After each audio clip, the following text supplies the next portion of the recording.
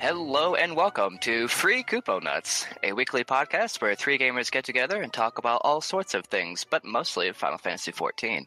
My name is Alden, and with me I have my very good friends Namli and Adara. This week we will actually be going outside of our norm and talking about Doki Doki Literature Club. But before we get started, I just want to throw out a big spoiler alert.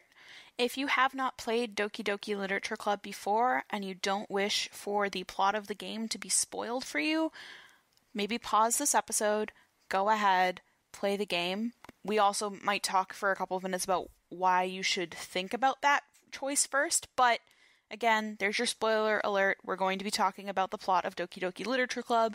If you don't want it spoiled, play the game before you listen to the rest of this podcast. And on that note, it's my turn to ask, hey, Alden, Nombly, how are you doing? Pretty good. I'm alright. I'm a little sleepy, but, you know, that's the usual. I mean, yeah, same, honestly. So, I mean, it's been pretty hot. I don't know about you guys, so it is summertime for sure. So, yay. Exceedingly hot out, yes. Alrighty, so this is a topic. Where does one begin with this fucking game?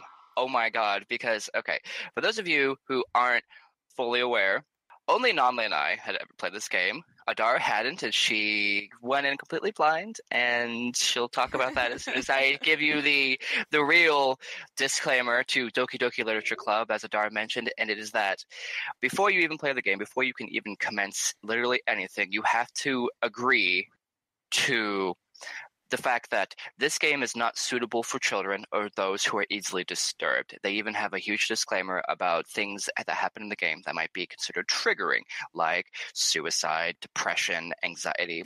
And they gave a full list of everything that happens in the game. They gave a little link that you can go to and see, like, it's this, and this. And yeah, I still love that, though. I love freaking people out by saying, hey, check out this, and I show them the trailer, and first thing that pops across the screen is, you know, this game is not suitable for children or those who are easily disturbed. And then it's just bubbly, it's upbeat, it's cute girls and all this stuff. Yeah, the music is all like happy and, you know, do do do do do. It's like, right? Come on, like, it's how can this be scary? Like, how is this unsuitable? Like, what the fuck is this game even? Like, how would it be terrifying and bad? And it kind of reels you in. But, yeah. Adar, did you actually know, like, nothing? Like, literally nothing? Like, no hearsay, no, like, oh, the game is like this, game is like that? Did you go in truly, completely blind? Okay, first of all, I just want to point out that it's a record. It's 3 minutes in, and you've already said the F word, like, twice. So that's something. No, I know. I knew enough going in to know that the game was a psychological horror game. Mm-hmm. And that there were death scenes. Right. I did a completely blind playthrough, though. Like, I did not read anything about the game. Anything I knew about the game, other people had said to me about the game. I didn't see that link that listed all of the things, like all of the potential, like, triggers in the game. I just read the warning that happens once you've downloaded the game, when you start it for the first time. And so, yeah, you get this warning that's like, this game is not suitable for children. And then it gives you a second warning that's like, this game contains scenes that may be disturbing, particularly to people who have experience with anxiety or depression. I don't remember the exact wording. And then it makes you, like, literally click a checkbox to say, I agree, before you continue. And that should have been my sign. As somebody who has had experiences with both anxiety and depression and continue to have experiences with anxiety and depression, like, me too. Yeah, like, and then, yeah, you get put into this game and it's this adorable dating sim. So if you've never played a game like this before, it's a visual novel style game, so you don't do any moving around. It's mostly reading dialogue, and occasionally you're given choices to make, like a choose your own adventure. So yeah, you start this game and it's like, oh, you have this cute neighbor, you are a male in high school, and your cute neighbor wants you to join a club. Any club, because you don't really do anything outside of school except for, like, watch anime and play video games. So I read manga. Yeah. The good life. So so she's like, come on, join any club. Oh, you should come and join my club. And so she'd already like told the other people in the club that you were going to join. So like they greet you with cupcakes, and so you go to this club and it's full of these incredibly cute girls. And so it's your typical like anime plot. Like or just visual novel plot. It's very like from the beginning. Yeah, it's very very through and through. Like, yeah, this is your typical anime plot. Ditzy childhood friend, cute girls who fit like certain anime archetypes, and yeah, I don't know. I don't know. Yeah, so you meet. So like Sayori is your next door neighbor. And then you meet Natsuki, who's this younger girl, and then you meet Yuri and Monika. And Monika's the president of this club, Sayori is the vice president, and then you have two other people in the club.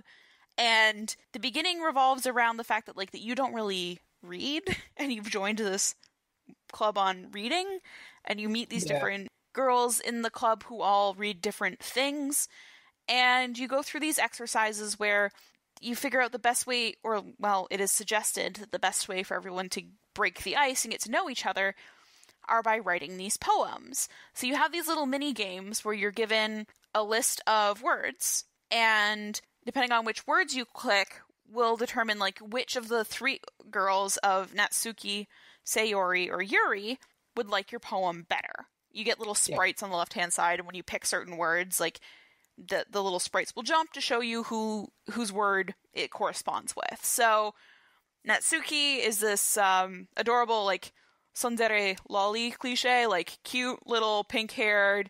She's younger, tiny angry girl. She likes cutesy things, so cute words like puppy and pink, and candy, simple words. Yep. Sayori is kind of mid-ground, not too simple and cutesy, not super complicated. And then I'd say a lot of her words that she liked were extraordinary or outstanding or something that were had some sort of yeah, she's into superlatives and stuff. Thank you, that's the word. Thank you. Yeah. And then Yuri is this quiet bookworm and very, very smart. So the words that she likes are the more advanced, interesting, less commonly used words. Yeah. And so you, quote-unquote, romance these characters by writing poems using, and you get to write one poem a day, using words that they would like. Yep. And so my playthrough, I decided to romance Yuri, partially because, of the three girls that you could romance, Yuri was the one that was most like myself, which sounds really weird when I say it out loud like that. I mean, I identified with Yuri the most of the three. And so, I could have told you that, but thanks. Sorry.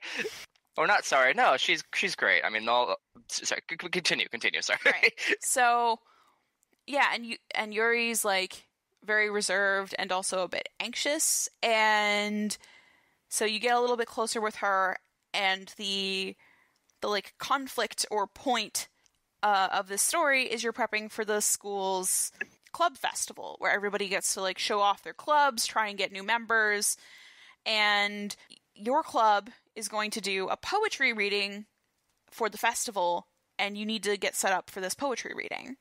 So you either help Natsuki with the baking, you could potentially choose to help, is it Sayori you can choose to help? I actually never chose her. Yeah. Did you? I don't know if it actually lets you. It's Natsuki, Yuri, or Monika, but if you pick Monika, the other two fight over you, and you're forced to choose one of either Natsuki or Yuri. Yeah. I think the reason for that is because Monika is working on the pamphlet for the club, and essentially Sayori is the one who's oh, I'll help her. You don't need to help her. You can help one of these two, essentially. Yeah. I think it's also fair to point out that Monika is one of these four girls that are presented to you fairly early in the game, and the game tells you right away that she's completely out of your league. So they don't even include her in the poem minigame, like, at all. So it's immediately positioned to you that, like, oh, you can't romance Monika. Monika's too good for you. Mm-hmm. And then you never get a chance to do it again. And the other thing that I kind of glossed over is the day that you're picking, like, who you're going to help, Sayori starts acting weird. Yeah. I would say even before then, there was a bit of weirdness with her. Yeah, but, like, the day, so, like, the third day that the club meets is the day that you're like, oh, we're doing this festival, we should figure out who's doing what. And Sayori goes from being, like, super engaged and bubbly and, like, excited that you're involved in the club to, like, she completely shuts down. Yeah, she closes herself off, kind of, like, sits alone at her desk, doesn't talk to other people. Yeah, and, like, you've been walking home with her every night, and then she, like, doesn't want to walk home with you. And so in my playthrough, I chose to help Yuri because at this point I had built the closest relationship with Yuri.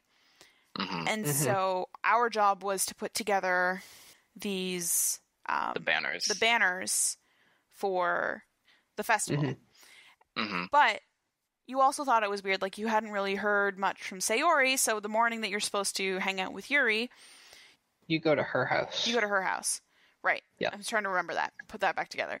So you go to her house, and because you're like, yo, this is friggin' weird. And like, are you okay? Yeah. Yeah. And she reveals to you that she has depression. And that the only thing that she's wanted in life, or like the only thing that she wants, is like to make other people happy. And she thought that seeing you happy in the club and happy with someone would make her feel happy, and it doesn't. And yeah, part of it is she hasn't been able to come to terms with the fact that she has feelings for you, and she's not willing to let herself open up to that. And so she starts doing this classic like depression spiraling, where it's like, I'm not worth worrying about because that only brings trouble to people. I'm not worth your affection because I'm a garbage person. And right, no, it's all the cliche, literally. So yeah, and so you're kind of helpless. So you like wait as long as possible with her, try to see if she's going to be okay, but you have to go because Yuri's coming over to make those banners. Or Natsuki Or to make Natsuki cupcakes. to make cupcakes. to make the cupcakes. Yeah, I picked her too. Yeah. So you start making banners with Yuri, and there was one little thing that I noticed that was kind of weird. I mean, so not super weird. Well, yeah, weird, but okay, so Yuri collects knives. She does. She does. And if you romance Yuri and Yuri comes over to help you with the banners, she brought one of her knives to help with putting the banners together, and you accidentally cut your finger on the knife. And she instinctually grabs your hand and puts your finger in her mouth to stop the bleeding. Yeah. And then, so you put her finger in your mouth to make her feel less weird. And she gets, like, dizzy. And there's another part where you leave the room for a minute to get some water for the paint. And you come back and she's pulling her sleeve down. Which is some foreshadowing. And the rest of the thing is fine. And then, as Yuri is leaving, Sayori comes back over. And is in full crisis mode. And you don't know how to handle it. And she confesses that she's in love with you. Like, as a last ditch. Like, I am spiraling. I don't know what to do. I don't know what to do. And what do I do? yeah, and like, you have two options. You can either confess that you love her too, or you can say that she is your your greatest friend and you'll do anything to care for her. She'll always be your dearest friend. Yes. Or, yeah, something. Yeah. The thing is, as I've learned, it doesn't matter which answer you pick. So I told her She was my greatest friend. Oh, so you got the explosive version. She lost her collective marbles and ran away. Yeah. You are paralyzed by, like, I don't know what to do about this, and you do nothing. Mm-hmm. Yeah. The next morning's the festival, and you go to school. Before we get to that one part, we should probably talk about, you picked Yuri specifically, right? So you did Natsuki, so maybe you go through what happened there, and then we can get to what happens the day of the festival. Yeah, so I played through the game a second time because I wanted to be fresh on the source material. So this time I didn't pick anyone specifically to romance. I just picked words that I liked, and they kind of jumped at the same rate. Natsuki and Yuri and Sayori kind of all jumped evenly depending on what I picked, but Natsuki jumped the most, so I picked her to help. And basically what happens there is she comes over, you start cooking, and things get kind of messy with the food. I think this is the first time she lets kind of loose that there might be problems going on at home. Alden, correct me if I'm wrong. I believe you're right. It sounds. I mean, it was more of there was. I mean, of course, there was the like little. Depending on how you romance one or the other, and I'd say romance because it was like you play in a bleak dating minigame by choosing the favorite words. Not sure if that actually affects the poems in which they write the following day, or the poems specifically. The first 3-day poems are always the same from Sayori, Yuri, and Natsuki. And I guess this kind of is another good point to interject. Like, the poems themselves that you see from each character are all kind of like a little window very into unique to their character. It's like a window into their psyche type of thing, right? Yeah.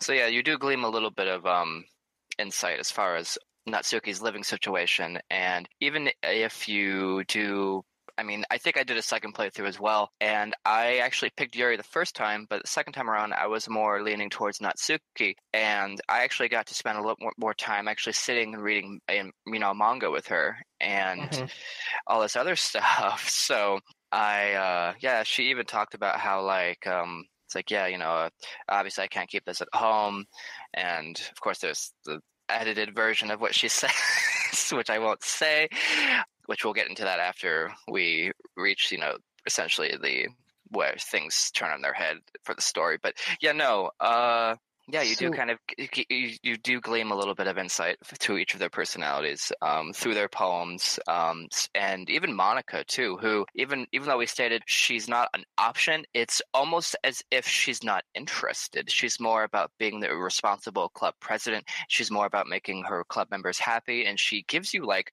legitimate writing advice. That's more of Monika's shtick through the first. Let's call it a playthrough, or part one. Let's call them in parts. This is part one. So yeah, part one, everything is normal, of course. And yeah, Monika is the responsible club president, and all of her poems, they're generally not poems. I should say all of the discussions, interactions you have with her, regardless of who you're romancing. She might being like, oh, you're going after this person, huh? This kind of sounds like this, this person's poem, sort of thing, or something that this person would like. And she gives you advice, and she's just the responsible club president, and all three of the other girls are like pining after you, despite your obvious disinterest in, literature. Which, pardon me for quoting honest trailers, but it's so true though. So it's interesting that Yuri does the whole finger in the mouth thing too, because the same thing happens with Natsuki. You're baking, she gets this like icing or something on her finger, and you tumble or you pin her. I can't remember specifically. Something. But she's on the ground, you're on top of her, and she's got this like icing on her finger, and she's like, sticky, ew, or something, and you move up, you suck on her finger to get the icing off, and she gets like really flustered. She's like, you only do that with people that you really like. And as you're leaving, like as after the sequence is over, you leave and Sayori shows up again. The same thing that happens with Yuri. And I chose to confess to Sayori because I've played the game before and I know what happens. So she kind of told you beforehand that like she doesn't want people to love her because she doesn't feel like she deserves it. But at the same time, like Adara said, she wants you to love her at the same time. So it's this spiral of bad. So it's like, regardless of saying like, oh, I love you is the wrong answer, and you'll always be my friend is the wrong answer. So you're kind of screwed either way. Here's the thing, and I'm just gonna go ahead and get to the meat of the sandwich here, if you will. I don't know. Yes, no matter what answer you choose, the outcome will be the same. Yeah. However, because the day of the festival, because Cliff Notes version would be, you go there, Sayori's nowhere to be seen, and you see the poem that she made for the festival is like this huge glaring red flag, and Monika's just sitting there nonplussed saying like, oh, I guess you should go see her, whatever, right? And you go see her, and I will tell you that I knew exactly what was going to happen, when it was going to happen, this and that, and so on and so forth. Actually witnessing it and experiencing it is unlike anything you could ever possibly expect. I could tell you right now, and it is that you walk in and you find that Sayori hanged herself. And I knew this was going to happen. Like, there was incidences where, like, you mentioned you went over to her house prior, and I was expecting to find her dead. And lo and behold, like, no, happy for me that she wasn't. Yay. But I knew it was going to happen. Like, I knew that's what they were leading up to. And it's a true testament to the writing that you could be absolutely prepared for what's about to happen. But when you experience it in the moment, it is... No, it's you can just never be ready for something like that. And it's great, too, because even the creator, Dan Soldato, mentioned that the game isn't scary because it, has jump scares or, like, does all this stuff that a normal scary game would normally have. It has and does things that make you uncomfortable. Yeah. Extremely uncomfortable. Yes, It's very good at that. So what happens then is, you walk in and Sayori has hanged herself, and you freeze. Yeah. And spiral, because you could have, like, you go through the whole list of, like, what could I have done? Like, I should have stopped her, like, she's gone. And then... This is my fault, yeah. Yeah, like, this is my fault. And then the spiraling repeats itself, and then everything goes black. Yeah. We should also address that in the upper left-hand corner while you're seeing this stuff, you start seeing coding text, which is like, what is going on, right? Like, why is that happening? So after this scene, and you see the coding up in the top left, you are spit back out to the main, like, game menu. Yeah. Your save files, if you saved, are gone. Completely inaccessible. Sayori is no longer on the game's main menu. Instead, there is a glitched out sprite composed of the other 3 girls. Yep. And so you start the game again. And now I don't know if this differs from person to person or how this part exactly worked, but you get out of bed, you go to leave, you start thinking about Sayori, and it starts to glitch because Sayori is no longer a thing. And her character file is essentially deleted from the game, and you start the game over exactly as you did, but without Sayori. Yeah. And so you try for a minute, and then the game restarts again, and Sayori is completely gone. I think that's how that happened. Like, it rewinds and you start again. So then you go about all the things, trying to join the club, which actually the second time around, so this would be considered chapter 2, Monika essentially reels you in because you know her, of her, and of course she's like, oh, hey, you, and you're like, oh, hey, you don't really know her that well, and she's like, yeah, you should try to come check out my club. Yeah. And second time around, they convince you to join only because your joining means they can actually become a true club, because they need official club, because they needed 4 members, which obviously they were before, because they had 4 members. Now they don't.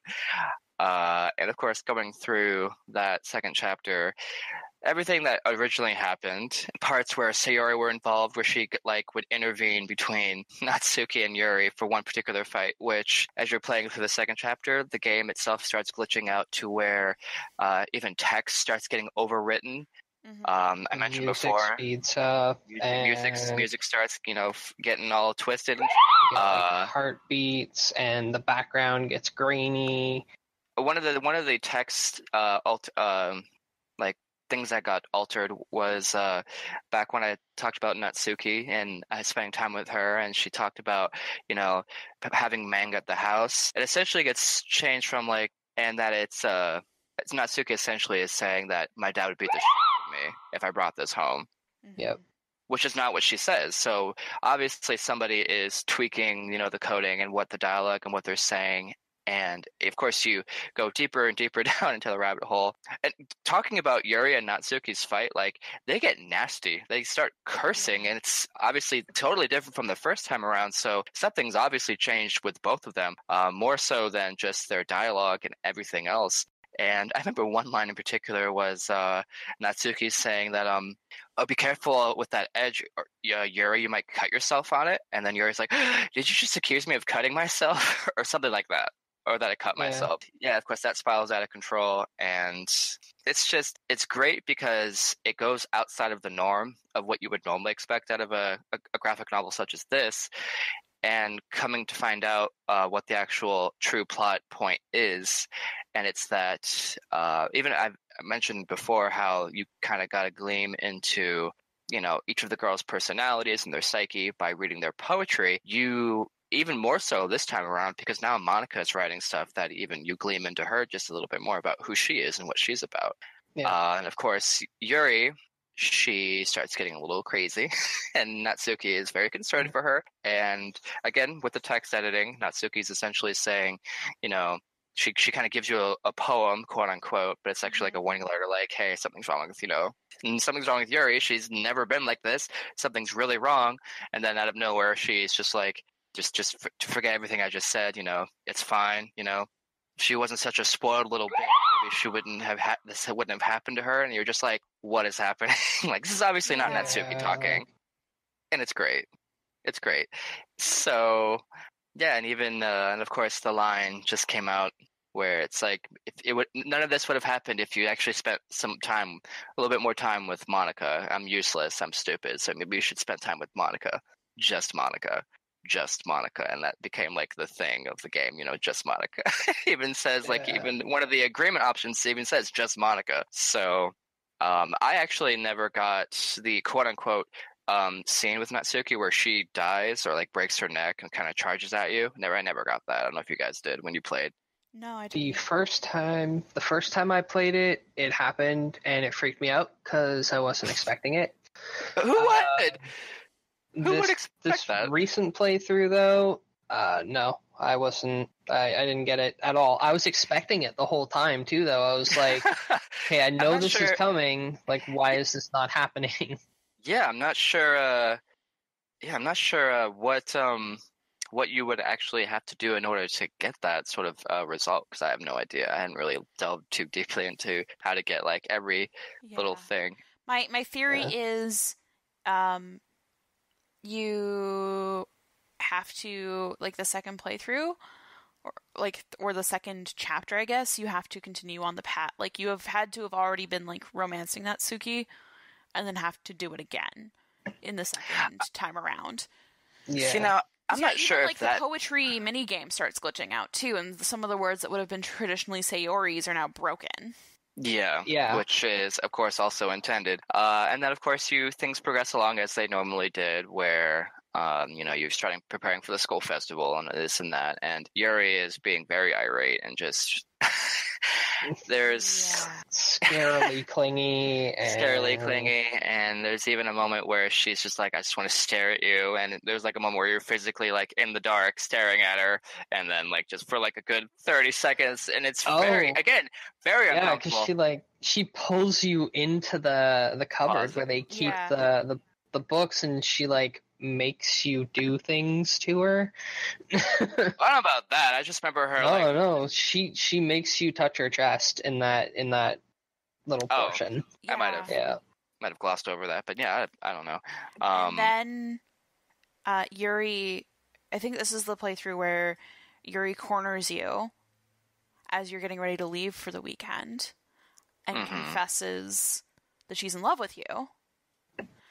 And it doesn't matter what option you pick, whether you confess you're in love with her or you say you're not, because but of course I should mention that the confession is so freaking terrifying. She's like, I just want to be you, I want to be inside you, I want to cut you open and just crawl inside you. It's just all these things that it is absolutely terrifying. So anyone who genuinely was like, oh yeah, I'm into that, little bit of judgment, but no matter what you say, Yuri, for reasons that she's either so happy, that because you love her, because you love her, or she's just so out of her mind because you rejected her, she essentially stabs herself to death many times in front of you. Yep. With a smile, of course. And and then following that, you are essentially forced to. I'm not sure if you caught this the first time or how quickly you caught on to this, Adara, where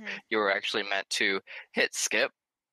Yeah, that way, I had it skip, so it would run through, because like after hitting it a few times, I'm like, I'm going to be here for a while.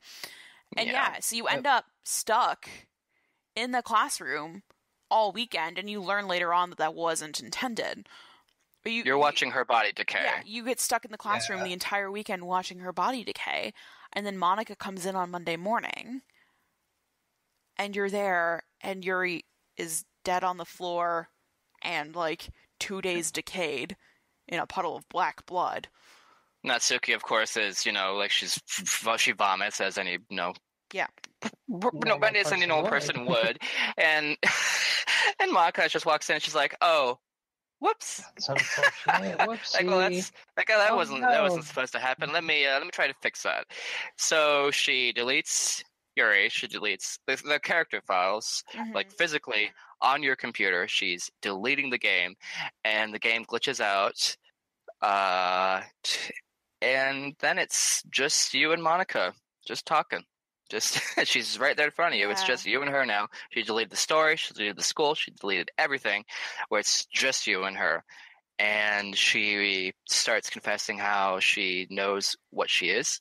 She's in a video game, and that she actually loves you as the person playing the game. She doesn't know if you're a boy or a girl, but she knows that she loves you, and she actually calls you out by name. Yeah, she can the game can access whether it's like your system's first name when you set your system username, or like so for me it's like, oh hey Adara, if that's what people call you, or whatever the phrase is like, and it's just like, oh boy, I'm in love with. It's like I'm not in love with you. I'm in love with you, Adara. And you're like, how do you know who I am? Yeah. So they definitely. She called me owner, and I was like, we don't know each other well enough for that kind of dynamic yet.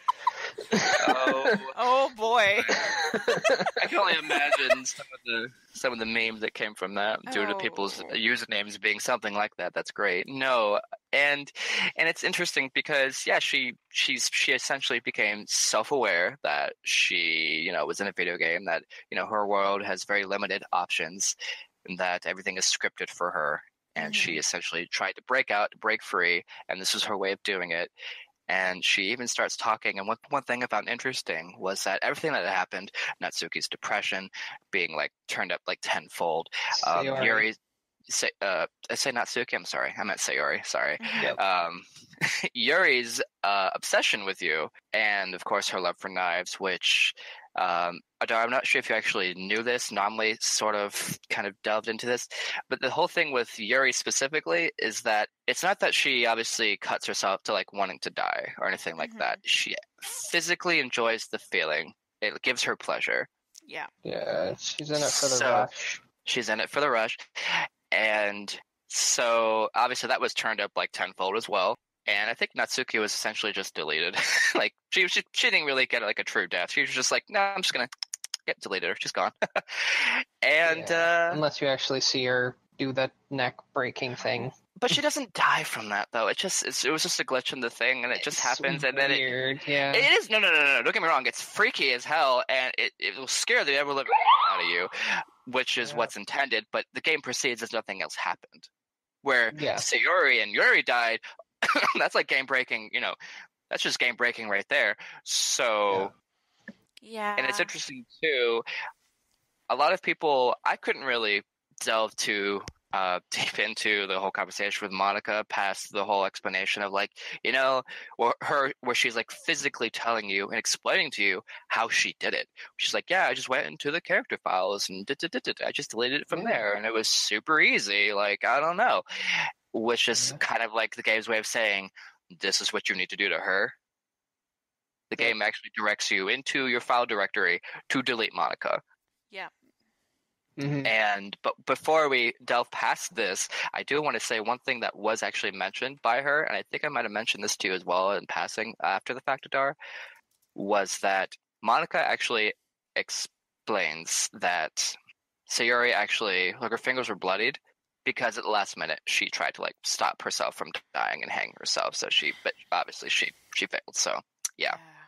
Like the game recognizes the processes currently running on your computer and will make comments on them. So like if you're playing on Steam, for example, she tells you directly like, oh, I see you're playing on Steam right now. Or like if you have a Twitch stream running, she'll make a comment like, how many people are watching this right now? Or if you have fraps running, she'll be like, I see you're recording this. So like, it's really kind of cool that the game goes that extra step and is like, I'm going to really creep you out because I am watching you. Yeah, I actually didn't even know all that because I don't know. I never really went too far past that point, or I mean, I obviously didn't record it or stream it or anything like that. So that's interesting that they even went that far to do that. Yep. But so, okay, after you are obviously like basically enticed to delete her, right? You essentially, she starts freaking out, and she realizes, well, her first response is to hate you and say like, how dare you, after everything I've done for you, blah, blah, blah. And then she comes to terms saying like, oh, I couldn't have done this, or what I did was wrong, rather. And she restarts the game where this time she keeps herself deleted and brings back everyone else. So the game starts again for a third time where Sayori is actually back. And it's just Sayori, Natsuki, and Yuri. Yeah. And, things just go pretty normally. Don't know really how far you go. I'm pretty sure it's like past the introductions of like, the cupcakes and join the club so we can become an official club. And you're like, yeah, totally. Yeah, that sounds like fun. I would totally be into that. And then after a while, Sayori is just like, hey, I just wanted to thank you for everything you did, for getting rid of Monika. You're just like, oh. And he's like, yeah, she did some pretty awful things. Thank you for getting rid of her. And then Monika rears her ugly head again, like, no, I won't let you do this. And so essentially it kind of tells you that whoever is in the club president role, which Sayori is in now because Monika's gone, that specific person becomes all-knowing. They become omnipotent. Yeah, they have this like godlike control over the other characters' coding, I guess. And Monika intervenes, where she essentially just deletes everything. That, what, no one in this game is ever going to have a happy ending. I'm just going to delete everything. Just it all. Yeah. And then the end credits roll, where you actually get to hear Monika for like the first time. Yeah. And she sings a little song that, she was practicing throughout the course of the game. Like, yeah, I've been practicing piano, and, maybe I'll play a song for you one time. And your character's like, yeah, cool, that would be great.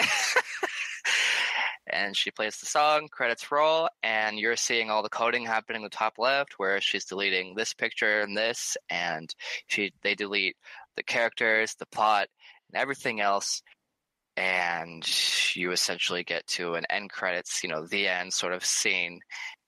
And she deletes the game because, as she mentioned, no one in this game gets their happy ending, so she's just deleted everything. Yeah. And you cannot play the game again unless you reinstall it. Yeah. Yeah. She physically deleted it, which I don't think a game has actually ever done that before, have they? I mean, if you want to be completely technical about it, she doesn't delete the game. The game technically creates a file that just makes the game tell you that it's unplayable. Yeah.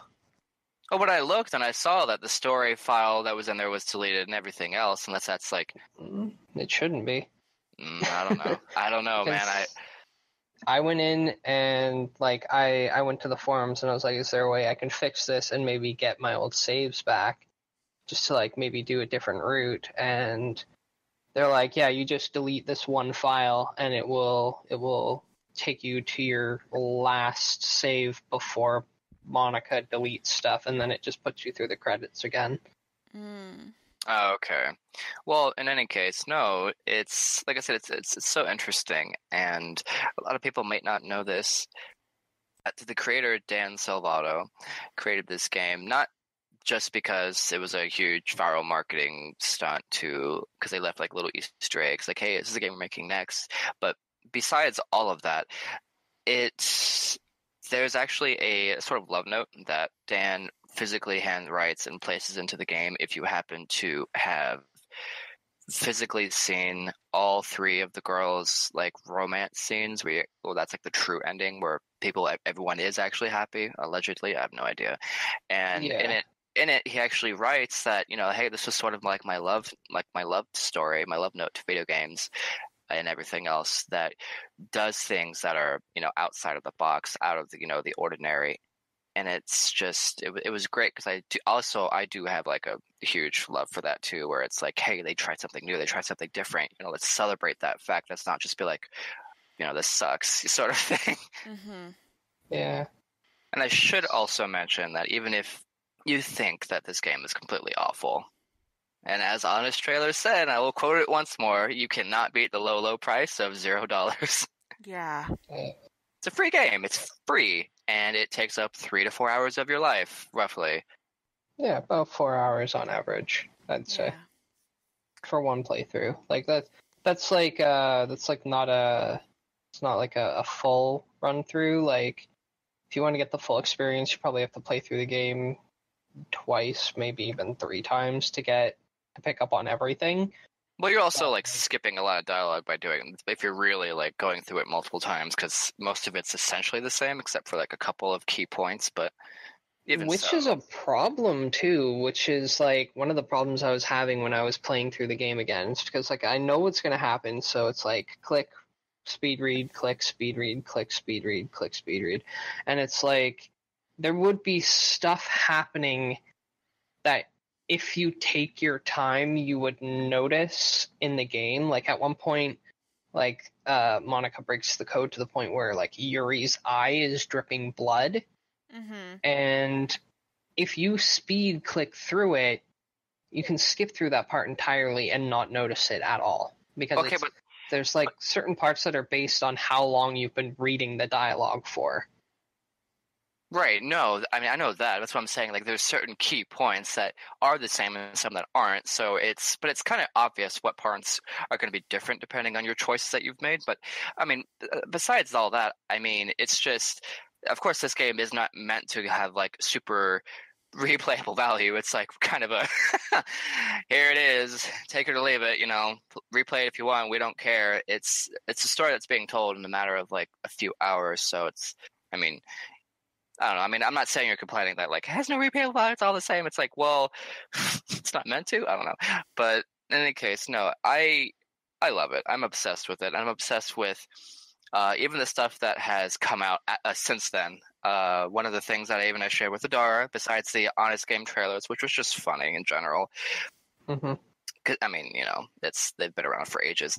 The thing that I truly loved the most was these people called Random Encounters made like a musical version of Doki Doki Literature Club called Just Monika, where they took a more literal approach to Sayori hanging herself, because they actually in the musical physically Monika is glitching out the game and doing it herself, which is technically true because that is why Sayori did it. It's because Monika intervened.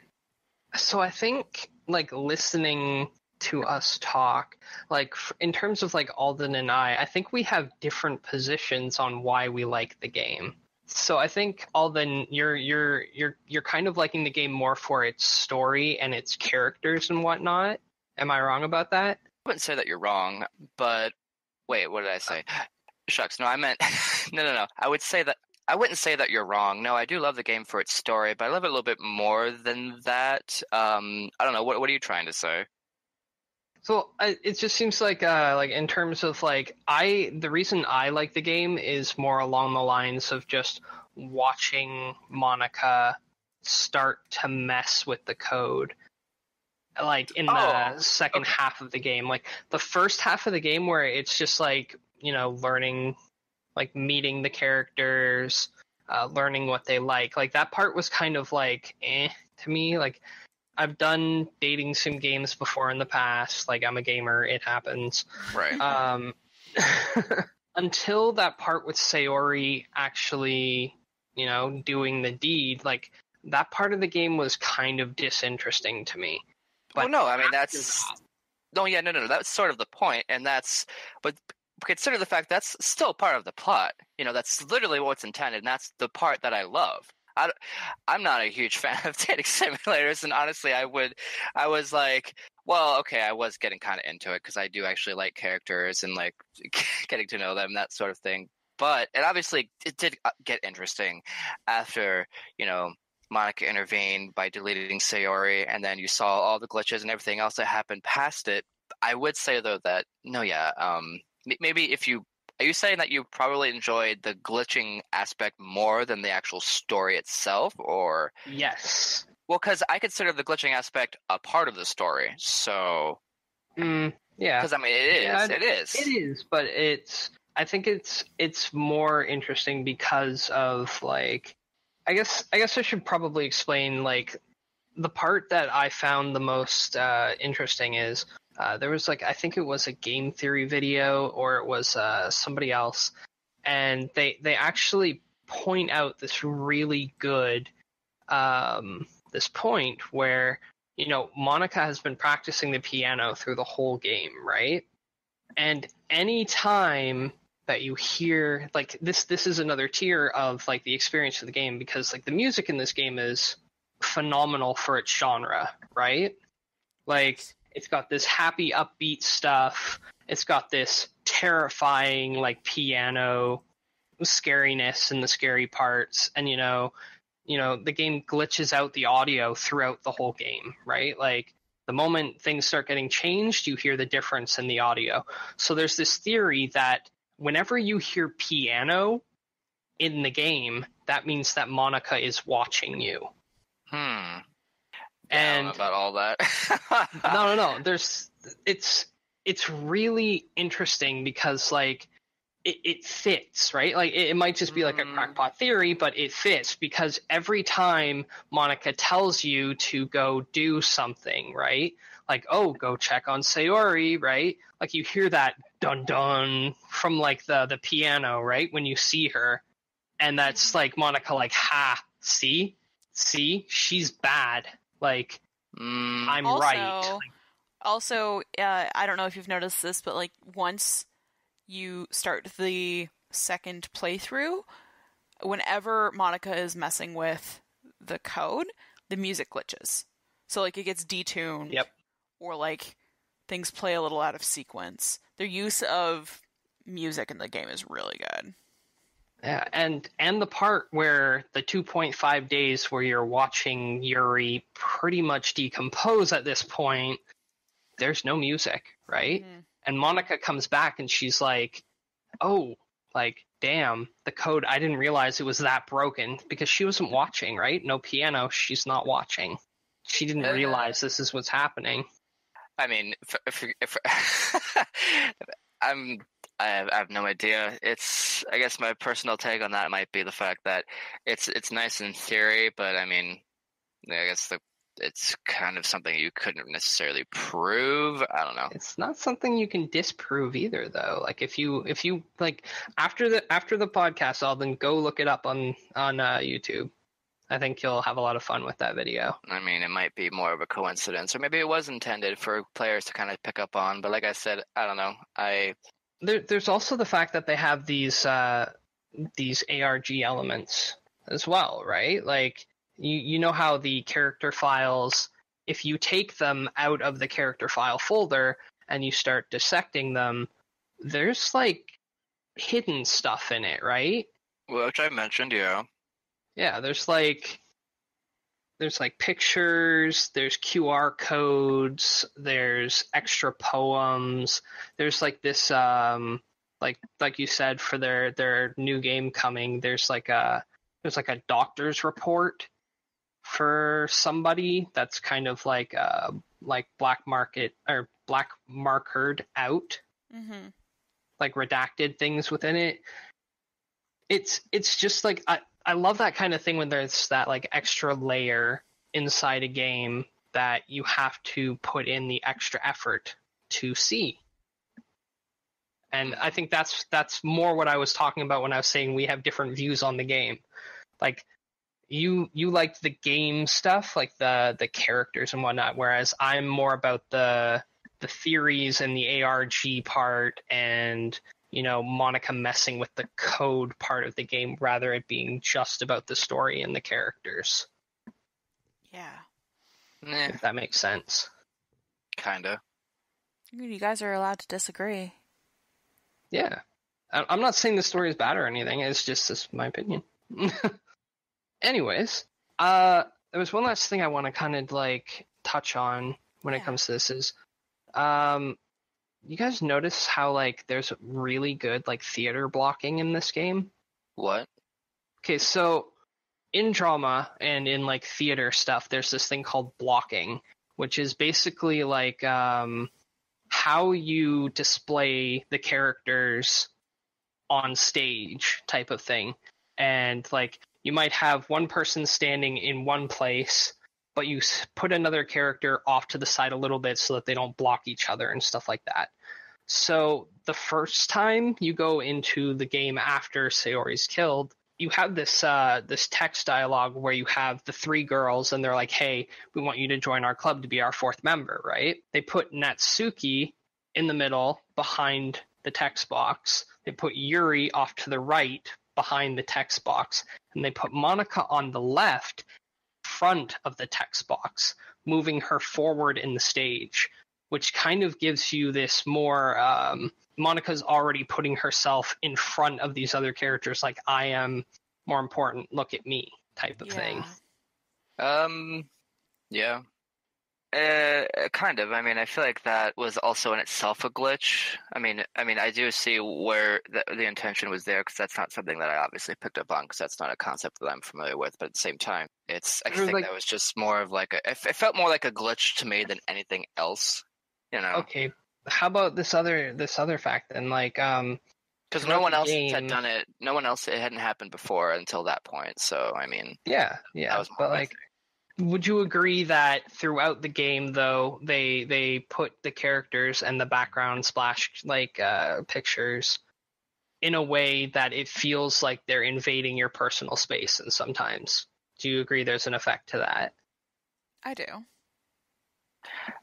Yeah, maybe. Especially, I mean, like, I think you're kind of both right in that, like, the Monika blocking changes where she starts appearing in front of the text box was meant as, like, this is where the game starts to glitch and the emphasis is supposed to be on Monika, but it is also an effective use of blocking as a drama concept. Yeah. Yeah, I still haven't decided if I like the game or not. Like, I think it was really well done. I'm still... I don't want to say personally victimized by Doki Doki, because that can have an effect of minimizing the... First of all, like, I don't really play horror games a lot, but more to the point, like, I don't want to use language like I feel personally victimized by a game that employs psychological horror because it belittles people who deal with this on a daily basis. Yeah, deal with this on a daily basis. And like, I just want to be intentional with the words that I use. And also, like, I don't know, if you listen to our show and you identify with any of the things that happened in this game, talk to somebody. There's people you can talk to. I'll pop some resources in the comments. No, and I get that. I mean, I personally have dealt with pretty much the same thing, although I will say, though, that given the fact that I can kind of distance myself from it, like, I know it was not... The fact that I can associate with the fact that all the events that occurred were not intended, you know what I'm saying? This is not who they are. It was their character flaws that were ramped up to an 11 type of thing. Yeah. That I sort of, like, was able to, like, kind of break that sort of, I don't know, however you want to call it. Like, Yeah.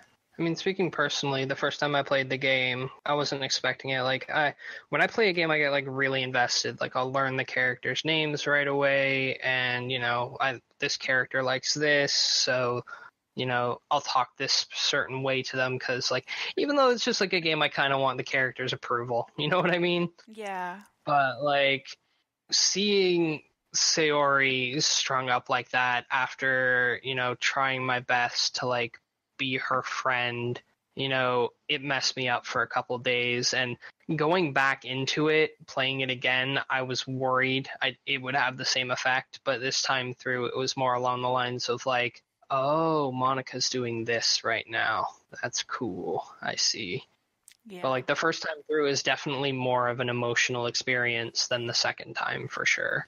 Yeah, we have a channel that we use in our Discord for like planning podcast stuff out, and I quote-unquote live tweeted my Doki Doki experience. Yeah, and that was interesting to watch. Tell exactly the point where it turned on me. But man, yeah, it was rough. Yeah, well, it's just you know, hats off to the creator, because you made characters that people like, and then you took them away. Yeah. I think we have written a literal novel about a literature club or two. Yeah. So, Nombly Alden, anything else you want to add? Nope. No. And no philosophical questions this week? If you could be in a game, would you prefer to be in the position that Monika was in, or be the character that is being affected? Monika. Oh. Now, the reason I asked that too is because there's also the fact that Monika is also a victim in this. Monika. She's pushed to the side right away. So I don't want to reopen the can of worms, but she is also a victim. So it's kind of a dark question, but yeah. Which I would rather be not Monika. Yeah, I think I would rather not be Monika as well. Alden apparently is Camp Monika. Yep. All right. Cool. I think that's it then. It is, yes. Alden? If you would like to address Monika about this week's episode, no, just kidding. Just Monika.